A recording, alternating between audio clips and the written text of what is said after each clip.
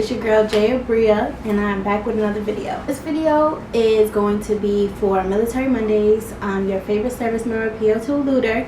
I'm just going to give you guys some insight today on my mamas who are thinking about becoming mamas, who are mamas and don't know what to expect, and just for people who are interested in knowing what's going on when you're pregnant in the military. I'll give you some insight on strictly my experiences, and then I'll throw in some facts for you guys just so that you know you have a heads up, or you know what's aware and what goes on with your spouses, i.e. friends that are in the military and that are pregnant. There are two different job genres that you have in the Navy. You have shore duty and you have sea duty. Sea duty means you are attached to a ship, and it's no telling when you're going to go on deployment, how many deployments you go on, how many underways you're going to go on. Yeah, you could go to freaking 4 to 5 deployments when you're attached to a ship. My rate is EN, as you guys already know. So that means my shortest ship rotation is 5 years sea duty, 3 years shore duty. I was just getting off a deployment when I found out I was pregnant with baby Aiden. And I went to the hospital, the Navy hospital, and I took a test, and my HCG came back positive because I had missed my period. And yeah, I left the hospital and I cried. I didn't, oh my God, I didn't know what to do. I had so many things running through my head. Just like, oh my goodness, I'm pregnant.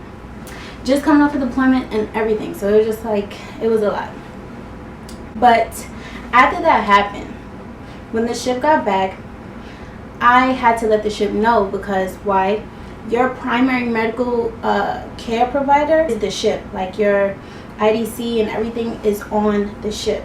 So I had to let the ship know, my ship medical provider know, you know, I'm pregnant this, that, and third. They had to make me take another test just for their record. I had to do that. And then after that, I was still, honestly speaking, I was still wondering, like, am I going to keep it or am I not going to keep it? I don't know what to do. Okay, so being pregnant on a ship is not frowned upon, but it's not glorified at the same time. Also, when you are pregnant, try your best to keep that between you and your medical provider. Like, if your chain of command, i.e. your chief, your first class, whatever, they don't necessarily have to know. You know what I'm saying? But your medical provider has to know. I wish I would have known that, because I called my chief first thing, and then a lot of people on the ship ended up finding out that I was pregnant. So then I was like in a predicament too, like, people know now that I'm pregnant. What if I don't keep it? How are they gonna look at me? Like, you know, stuff like that. So one thing I do suggest is make sure the proper people know. Your chain of command doesn't necessarily have to know until up to the point where you're like, okay, well, I'm pregnant, I'm keeping it, and, you know, expect me to transfer out to go somewhere else. When you're on shore duty and you get pregnant, nothing really happens. But once you're on a ship and you get pregnant, being that the ship's schedule changes from left, right, and the third, you cannot stay. It's not safe for you to stay on the ship. You have up to about 20 weeks until the ship is like, okay, you gotta go. Like if the ship is in dry dock or, you know, stuff like that, they'll probably keep you till 20 weeks. It's up to the CO. But for me, I stayed until I was about 10 weeks maybe, and then I got transferred from my sea duty rotation to a pregnancy tour billet.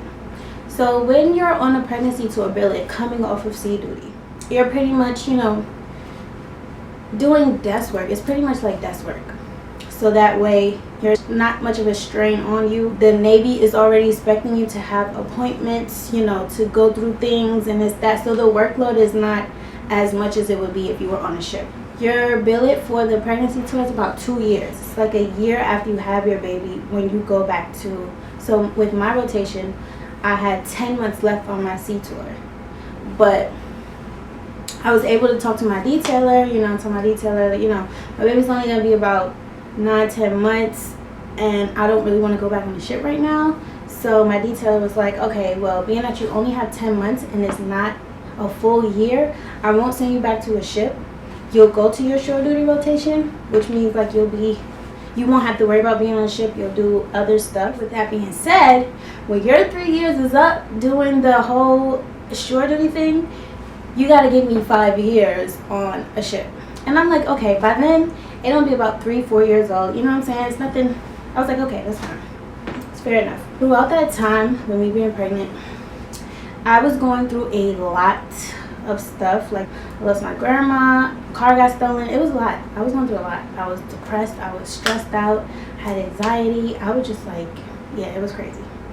But the crazy thing is, like during the pandemic, my workload wasn't even that much. We were coming in like 2-3 times a week, and we would come in at like 8, leave at like 9:30, 10 o'clock. So that was good. I was able to get a lot of stuff, like focus on me, my mental health, and my health, and the baby's health at that. Like, I was able to do that. Throughout the time of your pregnancy tour, you get a uniform allowance. It covers pretty much everything that you're expected to wear throughout your, you know, tour or whatever. Honey. I will post pictures of me wearing this, y'all, because look, it's like a whole dress. I actually thought it was cute. It was kind of big, but I was like, eh, whatever. And then you have these maternity pants. All I wore was my end of use uniform, so I didn't really need to buy anything else. But they give you these. You have to buy these, so that way when your belly stretches, you have that space. You gotta get your name on it, of course. And then, say you have preeclampsia throughout your pregnancy and you need to wear sneakers. You're allowed to wear sneakers as long as you have, you know, your doctor approves that you have a sneaker chit. So I didn't wear sneakers. I stayed in boots because I didn't have preeclampsia until after. But you have to go online and you have to apply for childcare. It's a long waiting list because a lot of moms, you know, they need childcare for their children. So you have to apply, like, I would say as soon as you find out, because the wait list is really long. Aiden got approved for childcare about 4 weeks before I had to go back to work. But I didn't send him until I had to go back to work. So that was good. But you have to fill out your pregnancy plan, like how you want to deliver the baby, who's going to be there, if you plan on filming, if you want to breastfeed, if you don't want to breastfeed, if something happens to you, you have to fill that out. And then you have to talk to your administrative department in getting your family care plan. What's going to happen with the baby while you're at work when you have to report to duty? Who's going to be watching the baby? You have to have that, because a lot of moms, single moms, struggle like while in the military because childcare, and if the baby's sick and is not able to come to childcare, who's going to watch the baby? So that's why I need a family care plan. My command is very flexible with me. They understand, you know what I'm saying? Some commands they'll be really strict, but other commands, being that they know you're on your pregnancy tour, they can be very flexible with you. They can say, okay, well, if this is going on, as long as you let me know, you're good. You know what I'm saying? Because that's the whole point of you being on that pregnancy tour. Your doctor's appointments are up until about 35 weeks, I believe. Up until about 35 weeks, your appointments are like once a month. When you get to your 35-week mark, they are twice a month. Your childcare, of course, so with military childcare is not as expensive as civilian childcare, and they do it based off of how much money you make. If you're an E4, it probably won't be as expensive as, you know, an E5, because the E5 makes more income. So, you know, it's stuff like that plays into a factor with childcare. But the Navy does have facilities like strictly for our single moms or our parents that, you know, our new parents or whatever the case may be that need childcare. Some moms are married and their spouses overseas, and then they have to work and they don't have anybody to watch their child, so they have sectors for us in the military. That's a good thing as well. I know some moms who are on shore duty and say doing recruiting or something where there are no military facility, not even a military base in sight, and they have to find civilian childcare to watch their babies, and they're paying like a lot of money. So it is cheaper, and that is a good thing. The childcare that Aiden was going to was okay. It was okay. It was okay. My pregnancy tour is almost over, and I'm going recruiting. You have to go to school for recruiting. You have to go through the recruiting training to become a recruiter. With that being said, what happens to Aiden? So I have to send Aiden to my mom so that way she can watch him while I'm in school, and then get him and then go to Texas. I have to find, while I'm out in Texas recruiting for the next 3 years, childcare for him. That's something that happens depending on what you decide to do after you have the baby, what career path you're trying to follow. Because honestly, when you're on your pregnancy tour for those 2 years, because you're not at work like that, and because you have things going on, advancing to the next pay grade is a little bit more difficult as opposed to being on the ship. I would say that's a con of being pregnant and being on your pregnancy tour. There has been instances when you finish your pregnancy tour and say you have 9 months left on your sea tour, they can send you back to a ship, and that ship can be going on deployment, and then that's a whole 9 months. Because you owe the Navy the rest of your sea time, that's a whole 9 months spent away from your newborn baby. You do get maternity leave. Maternity leave is 3 months. I don't think that's enough time to fully, get back into things, especially after having a baby, but they allow you 3 months. The 3 months start right after you have the baby. So as soon as you have the baby, your chain of command will put that leave in for you. They set the leave up though. One half is like convalescent leave, and then the other half is like mother, I forgot the name of it, but it's like a mother leave to like adapt to your baby and adjust to your baby. Male service members are granted maternity leave as well, and stuff like that. So going back to a shore rotation, recruiting especially, you would need to find outside childcare. So aside from me having to find childcare, I also have to find a pediatrician for him, and stuff like that.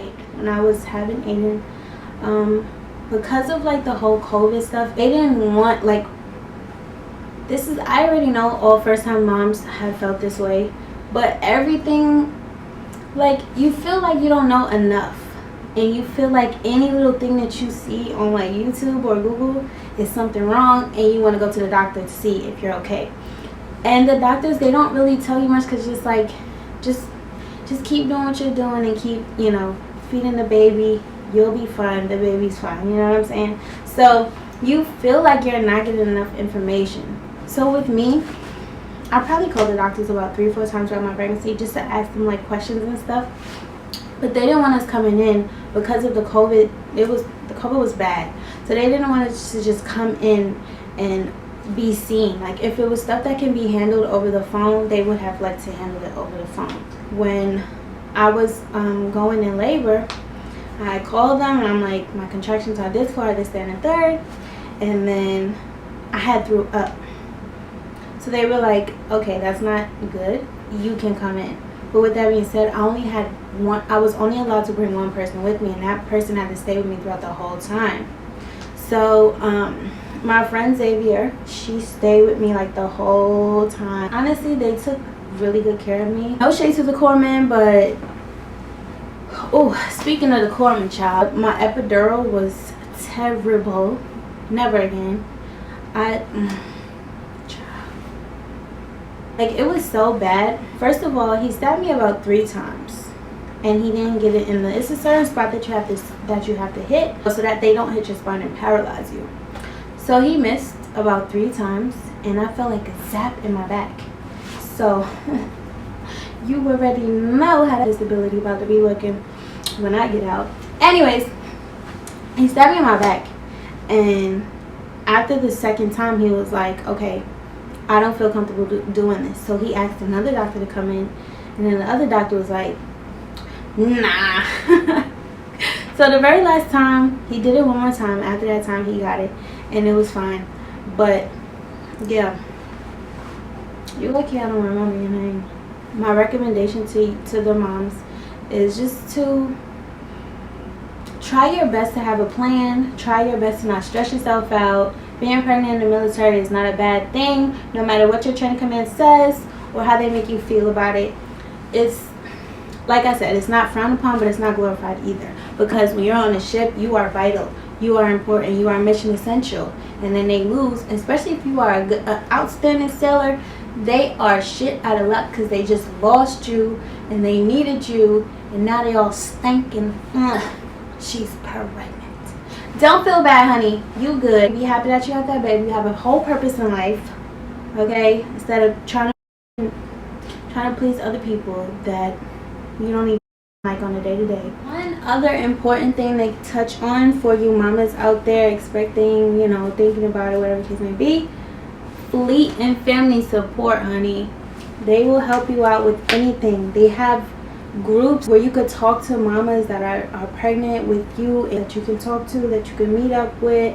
They have drives where you could get Pampers, bassinets, anything you need for your baby. Make them your best friend because they can help you out, like mentally, financially. If you're an E3, E4. I joined a group called Black Infant Health. It's out here in San Diego. I love them. Like, I was in my prenatal group with about like 4 or 5 other mamas. They usually do stuff in their office, but since it was COVID, we had to do everything virtually. And joining those groups, I made friends. I was able to talk about, you know, certain things that I was dealing with. Child, they even got Pampers, a bassinet. They gifted me things like gift cards from Walmart. They give away free stuff. Fleet and family support. They will support you. Fleet and family support. I got a handful. I got 2 hands full. It's a great feeling. Like, being a mom, it's amazing. That is the advice that I have to give to you guys. Period. Thanks for watching, guys. Thanks for the support. Stay tuned.